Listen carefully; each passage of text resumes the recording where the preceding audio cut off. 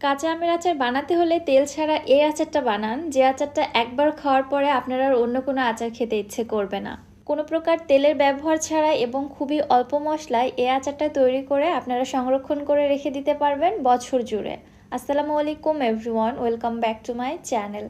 কাঁচা আমের টক ঝাল এই আচারটি বানানো এত বেশি সোজা আর খেতে যেটা এত বেশি মজা, আপনারা না বানালে বুঝবেন না। টক ঝাল মিষ্টি কাঁচা আমের এই আচারটি খাওয়ার পর আপনি তো অবশ্যই বলবেন আপনার খাওয়া বেস্ট আচার এটাই। আর যাকেই আপনি এই আচারটি বানিয়ে খাওয়াবেন সে তো আপনার কাছে রেসিপি অবশ্যই জানতে চাইবে। চলুন কথা না বাড়িয়ে ঝটপট রেসিপিটি দেখে আসি। বিসমিল্লাহ। কাঁচা আমের আচার বানানোর জন্য এখানে আমি 1 কেজি কাঁচা আম খুব ভালোভাবে ধুয়ে পরিষ্কার করে এরপর খোসাটাকে ছাড়িয়ে নিয়েছি। এবারে আমগুলোকে আমি কেটে নিব। সবগুলো আমকে আমি ঠিক এরকম করে গোল স্লাইস বা চাকচাক করে কেটে নিয়েছি, দেখতে পাচ্ছেন। খুব বেশি মোটাও করিনি আবার খুব বেশি পাতলাও করিনি, মোটামুটি একটু পাতলা করে কেটে নিয়েছি, তবে অনেক বেশি পাতলা করা যাবে না। এবারে আমের মধ্যে যে বীজটা রয়েছে ওইটাকে আলাদা করে নিচ্ছি। আর হ্যাঁ, এই আচারটা বানানোর জন্য চেষ্টা করবেন অবশ্যই পরিপক্ক আম নিতে, মানে যে আমের আটিটা শক্ত হয়েছে ঠিক এরকমটা বেছে বেছে ঠিক এরকম আম নেওয়ার চেষ্টা করবেন, তাহলে আচারটা পারফেক্ট হবে। আমের বীজগুলোকে ফেলে আমগুলোকে আমি একটি মিক্সিং বোলে নিয়ে নিচ্ছি।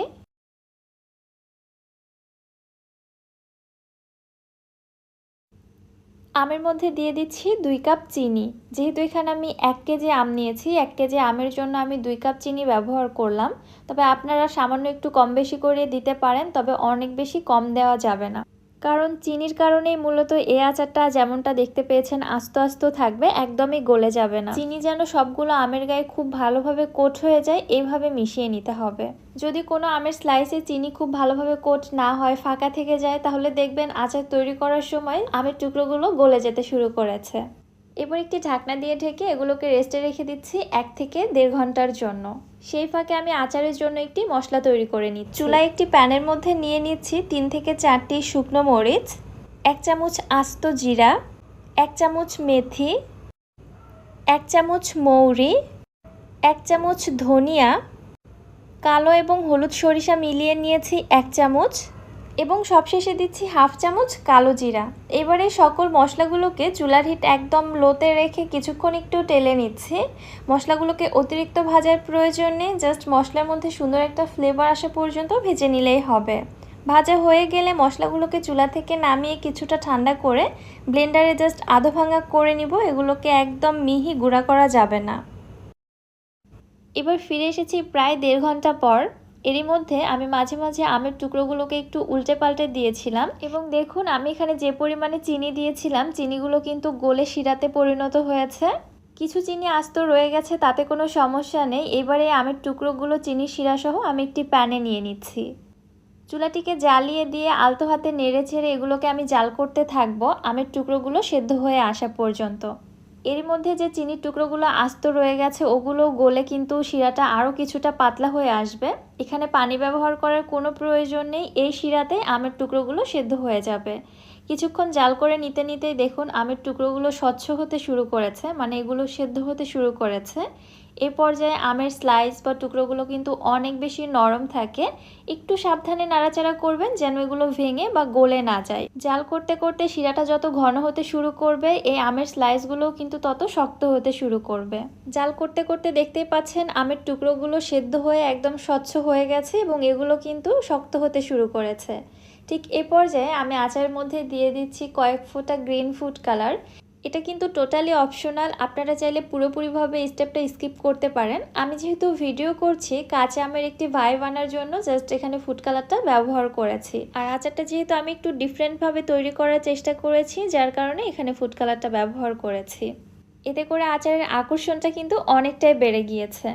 এবার এর মধ্যে দিয়ে দিচ্ছি আগে থেকে ভেজে গুঁড়ো করে রাখা মশলাটা, তবে সম্পূর্ণটা আমি এখানে দিইনি, প্রায় 1 থেকে 1.5 টেবিল চামচ পরিমাণে দিয়েছি। নেড়েচেড়ে সব কিছু একটু খুব ভালোভাবে মিশিয়ে নিচ্ছি। আচারটা তৈরি করা কিন্তু প্রায় শেষের পথে।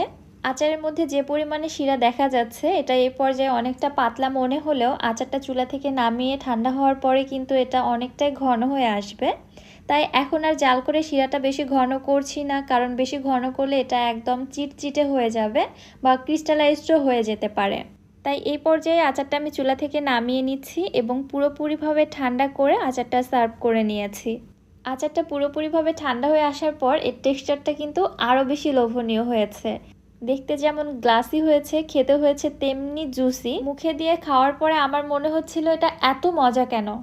এটা হয়তো আমার মুখের কথায় আপনাদের বিলিভ নাও হতে পারে, সো তার জন্য অবশ্যই আপনাকে বাসায় ট্রাই করে খেয়ে দেখতে হবে। ঠিক এইভাবে আচারটিকে আপনারা এয়ারটাইট জারে রেখে সংরক্ষণ করে রেখে দিতে পারবেন পুরো বছর জুড়ে। তবে বাহিরের নর্মাল তাপমাত্রায় এটা কতটা ভালো থাকবে সেটা আসলে আমার জানা নেই। আমি নর্মাল ফ্রিজে সবসময় আচার সংরক্ষণ করি, এই আচারটাও নর্মাল ফ্রিজে সংরক্ষণ করে রেখে দিতে পারবো পুরো বছর জুড়ে। তবে এত মজাদার আচার আমার বাসায় তো পুরো বছর থাকবেই না, এটা একদিনেই শেষ হয়ে যাবে। এবার আমের সিজন থাকতে থাকতে এই আচারটি যে আমি কতবার বানাবো আসলে আমি নিজেও জানি না। রেসিপিটি আপনাদের কাছে কেমন লাগলো সেটা অবশ্যই আমাকে কমেন্ট করে জানাতে ভুলবেন না। ভিডিও ভালো লাগলে যারা আমার ইউটিউব চ্যানেল থেকে ভিডিওটি দেখছেন চ্যানেলটি সাবস্ক্রাইব করে দিবেন এবং যারা ফেসবুক পেজ থেকে দেখছেন পেজটিতে একটি ফলো দিয়ে দিবেন। সো আজকের বেশি কথা বাড়াচ্ছি না, আজকের মতো এখানেই বিদায় নিচ্ছি। সবাই ভালো থাকবেন, সুস্থ থাকবেন। আল্লাহ হাফেজ।